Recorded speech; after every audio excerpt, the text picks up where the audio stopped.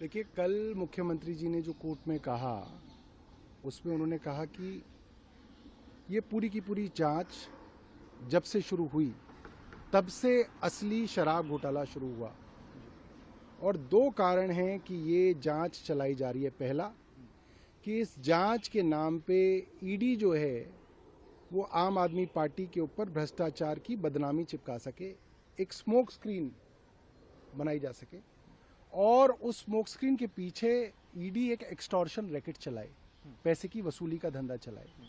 और मुख्यमंत्री जी ने बताया कि उनके खिलाफ जितनी भी गवाहियां हुई हैं, जैसे मुगुंटा रेड्डी की, राघव रेड्डी की, शरत रेड्डी की, इन तीनों ही गवाहियों में देखा गया कि पहले इन सब ने ईडी को अपने बयानों में कहा कि अरविंद केजरीवाल का कोई लेना देना नहीं है।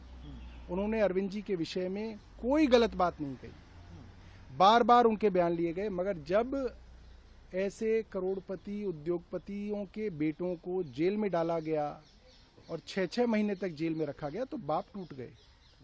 और फिर किसी ने अपने 7वें बयान में ये कह दिया कि अरविंद केजरीवाल से वो मिले, किसी ने 4थे बयान में कह दिया। तो अरविंद केजरीवाल जी का अदालत से सवाल था कि जब सारे बयान ऐसे हैं जिसमें मेरे खिलाफ कोई बात नहीं कही गई, तो ईडी ये कैसे तय कर सकती है कि किसी बयान को तो वो कूड़े के डब्बे में डाल देंगे और जैसे ही एक बयान अरविंद जी के खिलाफ आ जाता है तो उसको वो कोर्ट में दाखिल कर देंगे। ये ताकत ईडी के पास कैसे है, ये तो कोर्ट डिसाइड करेगा।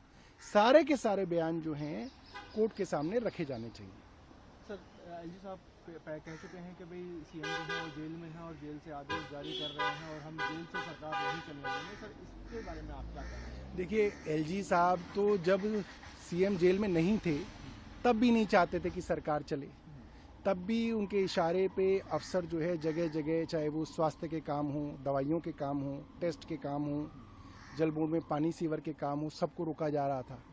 तो एलजी साहब की मंशा तो शुरू से ये है कि सरकार ना चल सके, उसमें कोई नई बात नहीं है।